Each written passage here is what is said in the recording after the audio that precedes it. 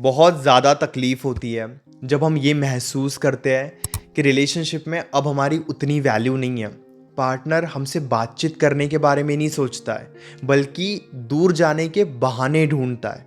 जब हमें ये महसूस होने लगता है ना कि वो इंसान अब दूरी बनाने लगा है, ज़्यादा बातचीत नहीं करता है, इस रिलेशनशिप में बहुत ज़्यादा एफर्ट्स नहीं डालता है, उस सिचुएशन में हम बहुत ज़्यादा दुखी हो जाते हैं। लेकिन आज के इस वीडियो में मैं आपको कुछ ऐसी बातें बताऊंगा जो अगर आप धीरे धीरे अपने रिलेशनशिप में फॉलो करते हो तो आपको काफ़ी अच्छे रिजल्ट्स देखने को मिलेंगे।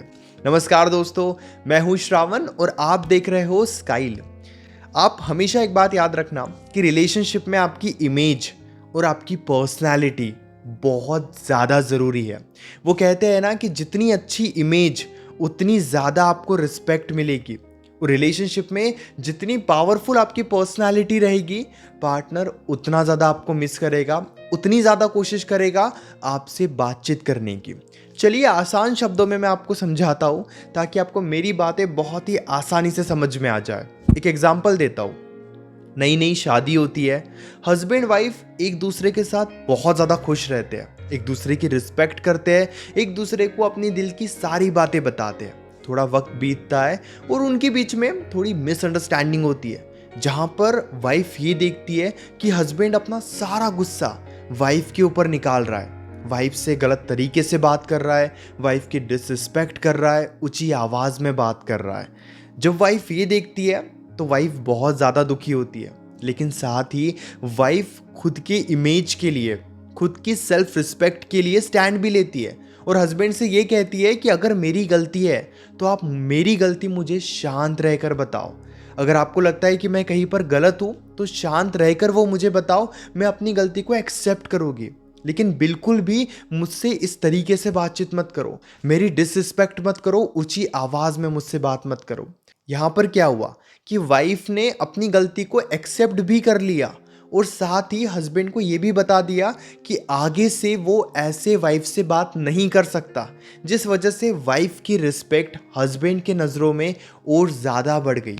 और अक्सर ऐसा ही होता है कि जो लोग शुरुआत में अपनी सेल्फ रिस्पेक्ट के लिए स्टैंड ले लेते हैं, हमेशा उन्हें रिलेशनशिप में रिस्पेक्ट मिलती ही मिलती है। और एक एग्जांपल मैं आपको सुनाता हूँ। हस्बैंड वाइफ नई नई शादी होने के बाद एक दूसरे के साथ खुश रहते हैं, थोड़ा वक्त बीतता है, लेकिन उनके बीच में मिसअंडरस्टैंडिंग होने के बाद हस्बैंड अपना सारा गुस्सा वाइफ के ऊपर निकालता है। लेकिन यहाँ पर वाइफ सारी बातें शांत रहकर सुनती है, जिस वजह से हस्बैंड को ये महसूस होने लगता है कि जब भी उसे गुस्सा आएगा वो ऊंची आवाज़ में बात करेगा, वाइफ की डिसरिस्पेक्ट करेगा, गलत तरीके से बातचीत करेगा और वाइफ कुछ नहीं बोलेगी। इसी वजह से जब भी उनके बीच में मिसअंडरस्टैंडिंग होती, हस्बैंड बहुत ज़्यादा गलत तरीके से बातचीत करता। अब इस वजह से धीरे धीरे वाइफ की सेल्फ रिस्पेक्ट पूरे तरीके से ख़त्म हो गई और रिलेशनशिप में वाइफ के लिए खुश रहना बहुत ज़्यादा मुश्किल हो गया। इसीलिए आप इस बात को समझ लीजिए कि आपको हमेशा अपने सेल्फ रिस्पेक्ट के बारे में, अपने पर्सनालिटी के बारे में और बहुत ही ज़्यादा ज़रूरी है कि अपने इमेज के बारे में पॉजिटिव सोचना होगा। जब भी आपका पार्टनर गलत तरीके से बात करे, स्टैंड लो। चाहे आप हस्बैंड हो, वाइफ हो, गर्लफ्रेंड हो या फिर बॉयफ्रेंड हो, आपको अपनी वैल्यू के साथ कॉम्प्रोमाइज़ नहीं करना चाहिए, क्योंकि एक बार सुनोगे तो पार्टनर बार बार सुनाएगा और फिर आप बस दुखी होते रहोगे।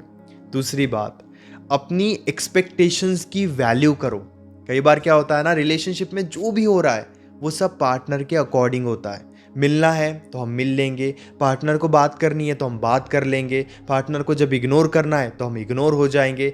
यानी कि जो भी रिलेशनशिप में होता है वो पार्टनर के हिसाब से होता है, जिस वजह से क्या होता है ना, पार्टनर कभी भी आपकी एक्सपेक्टेशंस की वैल्यू नहीं करता है। आपको बात करनी है लेकिन उनको बात नहीं करनी है तो वो आपको इग्नोर कर देंगे। अब यहाँ पे क्या होता है ना, धीरे धीरे हमारी भी ये गलती होती है कि हम पूरे तरीके से उनके अकॉर्डिंग चलते हैं, उनके हिसाब से चलते हैं।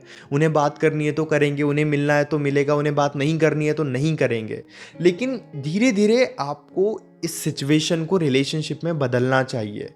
जहाँ पे आपकी इच्छा हो रही है आप अपने अकॉर्डिंग भी प्लान बनाओ। लेकिन अब आप कहोगे नहीं, हमारे हिसाब से तो कुछ नहीं होने वाला, हम कहेंगे ये करना है तो पार्टनर तो वो करेगा ही नहीं, तो फिर बताओ क्या करें।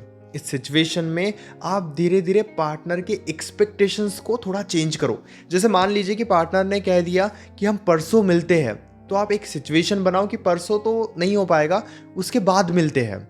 यानी कि इस तरीके से पार्टनर की एक्सपेक्टेशंस को ही थोड़ा चेंज करके अपनी एक्सपेक्टेशंस उनके सामने रखो, ताकि वो धीरे धीरे ये समझने लग जाए कि यस, आपकी भी एक्सपेक्टेशंस है और आपके भी हिसाब से चलना होगा। और इसी वजह से पार्टनर रिलेशनशिप में एफर्ट्स भी डालेगा। जैसे मान लीजिए कि पार्टनर ने सारा दिन से तो आपको इग्नोर किया या फिर आपसे बातचीत ही नहीं की, लेकिन जब उनके पास टाइम आया वो आपसे बातचीत कर रहा है। उस सिचुएशन में आप अच्छे से बातचीत करो, क्योंकि आपको पता है कि पार्टनर पूरे तरीके से बिजी थे, वो फ्री हुए, तो आपको भी उन्हें सपोर्ट करना चाहिए, उनसे बातचीत करनी चाहिए। लेकिन जहाँ पर आपको ये लगता है कि वो जानबूझकर ऐसा कर रहे हैं, उनके पास टाइम था लेकिन उन्होंने बात नहीं की, लेकिन अभी वो बात कर रहे हैं, तो उस सिचुएशन में उनकी एक्सपेक्टेशंस को थोड़ा चेंज कर दो। उन्होंने इवनिंग में कॉल किया तो कहो कि मैं अभी बिजी हूँ, मैं आपको 10 मिनट में कॉल बैक करता हूँ या करती हूँ। जहाँ पर आप उन्हें इंतज़ार करवाते हो, उनके भी हिसाब से चल रहे हो, लेकिन धीरे धीरे ये भी शो कर रहे हो कि आपकी भी इस रिलेशनशिप में एक्सपेक्टेशंस है। जहाँ पर बिजी होते हो वहाँ पर क्लियरली बोल दो कि मैं बिजी हूँ, हम थोड़ी देर के बाद बात करते हैं। ऐसा नहीं कि अपने सब कुछ काम छोड़ के आप बिल्कुल उनकी बातों में लग गए या सब कुछ छोड़कर बस उनसे ही बात कर रहे हो। आपको ऐसा भी नहीं करना है, क्योंकि शुरुआत में ये सब बहुत अच्छा लगता है, लेकिन इसी वजह से अटैचमेंट कम भी हो जाती है। इसीलिए उन्हें ये महसूस कराओ कि आपके लाइफ में भी बहुत ज़रूरी बातें हैं और आप उनके लिए हमेशा अवेलेबल नहीं हो। और यकीन कीजिए, लॉन्ग टर्म रिलेशनशिप की अगर मैं बात करूं तो ये बहुत ज़्यादा ज़रूरी है। कुछ दिनों में तो ये सब कुछ अच्छा लगेगा कि सब कुछ छोड़ के उन्हें इंपॉर्टेंस देनी है तो दे दो, लेकिन अगर आप एक लॉन्ग टर्म रिलेशनशिप चाहते हो तो अपने आप को भी इस रिलेशनशिप में रखना होगा कि हाँ, कुछ उम्मीद आपकी भी है, आपकी भी ज़िंदगी में 100 काम चल रहा है, आप भी अपने लाइफ को लेकर सीरियस हो और आप भी अपने लाइफ में ग्रो कर रहे हो, ताकि वो भी हमेशा आपके बारे में सोचे। तीसरी बात जो बहुत ज़्यादा ज़रूरी है, पार्टनर को ये महसूस मत कराओ कि आप उन्हें खोने से डरते हो। अक्सर देखा गया है कि जब हम ये डर पार्टनर को बता देते हैं कि उन्हें खोने का बहुत डर है आपके मन में, आप बहुत ज़्यादा डरते हो उन्हें खोने से, या फिर अगर वो आपको छोड़कर चले गए तो आपकी ज़िंदगी बदल जाएगी, आप बिल्कुल परेशान हो जाओगे, आप दुखी हो जाओगे, आप खुश नहीं रह पाओगे। मैं ये नहीं कह रहा हूँ कि पार्टनर को ये बताओ कि आपको कोई फ़र्क ही नहीं पड़ता है, आप तो उनके साथ भी खुश हो, उनके बिना भी खुश हो, मैं ये बिल्कुल भी नहीं कह रहा हूँ। लेकिन मैं ये कह रहा हूँ कि बार बार अपने अंदर का डर, फियर उनके सामने मत रखो। जहाँ पर आपने पार्टनर को ये महसूस करा दिया कि आप उन्हें खोने से बहुत ज़्यादा डरते हो, और जिस दिन पार्टनर ने इस बात का फ़ायदा उठाना स्टार्ट कर दिया, यकीन कीजिए उस दिन से केवल आप रिलेशनशिप में दुखी ही रहोगे। अपने आप को खुश दिखाना, अपने तरफ से ये महसूस कराना कि आपकी ज़िंदगी भी सही चल रही है, आप भी अपने लाइफ को लेकर सीरियस हो, दुखी नहीं रहते हो, परेशान नहीं रहते हो, छोटी छोटी बातों पर ज़्यादा परेशान नहीं होते हो। जब आप इस तरीके से अपनी पर्सनालिटी को पार्टनर के सामने रखते हो तो यकीन कीजिए फिर वो भी आपको इम्पोर्टेंस देने लगते हैं। आप अक्सर एक बात नोटिस करना कि जो इंसान पूरे तरीके से छोड़कर, सब कुछ छोड़कर आपके लिए अवेलेबल है, आप चाह कर भी उस इंसान की वैल्यू नहीं कर पाओगे। जब आप ये देखते हो ना कि वो इंसान तो अपने लाइफ में खुश है, दोस्तों के साथ खुश है, काम कर रहा है, अपने लाइफ में आगे बढ़ रहा है, उसी इंसान को पाने के बारे में आप सोचोगे। और यही होता भी है, जाने अनजाने में हम अपने आप को बिल्कुल खाली करके पार्टनर के सामने रखते हैं कि देखो हमारे लाइफ में ना कुछ नहीं है आपके अलावा। और इस वजह से पार्टनर का प्यार नहीं बल्कि पार्टनर के तरफ से नफरत बढ़ने लगती है। पार्टनर आपको इम्पोर्टेंस नहीं देता बल्कि इग्नोर करने लगता है। इसीलिए अपनी इम्पोर्टेंस रखो, ये महसूस कराओ कि आपके लाइफ की चीज़ें आपके लिए बहुत ज़्यादा मैटर करती है। उम्मीद करता हूँ कि ये वीडियो आपको ज़रूर अच्छी लगी होगी। मन में अभी भी कोई डाउट है तो डायरेक्टली आप कॉल पे मुझसे पूछ सकते हो। पेड कंसल्टेशन के लिए आप मुझे व्हाट्सएप पर मैसेज कर सकते हो 9834250097 इस नंबर पर। हमारे बीच में कॉल पर जो भी बातें होगी वो कंप्लीटली सेफ और प्राइवेट रहेगी, इसलिए प्राइवेसी की कोई टेंशन मत लीजिए। और हाँ, चैनल को भी ज़रूर सब्सक्राइब कर लीजिए।